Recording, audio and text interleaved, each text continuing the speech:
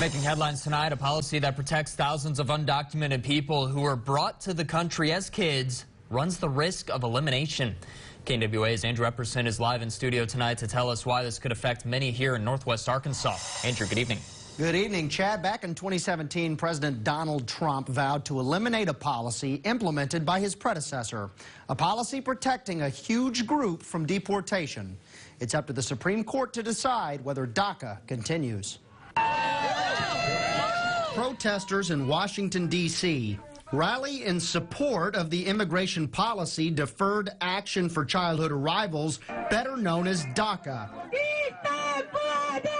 as the Supreme Court hears a case impacting thousands. More than 700,000 people are going to be affected. Sarai Portillo is on staff at the advocacy group Arkansas United.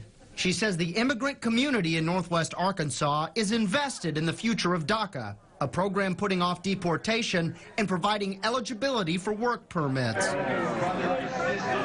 This policy helps people who were brought to the country as children by undocumented parents. Definitely there's fear among the community, but that doesn't mean that we are not fighting to keep the DACA alive. President Trump's administration plans to shut down the program, first implemented by President Obama's executive action in 2012. In some of the cases, they're having DACA and their gang members and their drug dealers, too. In a statement, U.S. Senator John Bozeman says the executive action taken by the Obama administration is unconstitutional. He says he's committed to working to create a permanent solution to help these individuals while also enhancing border security. Trump doubled down on his opposition to DACA in a Tuesday tweet. This administration has been making sure our community are seen like if we were criminals. But Portillo says many benefiting from DACA, known as dreamers,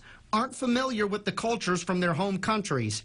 Statistics from the nonpartisan think tank Migration Policy Institute show more than half of DACA recipients are employed. We deserve to be here because we make contributions, we pay taxes, we study, we make a living, and the country also get benefit from us at the same time.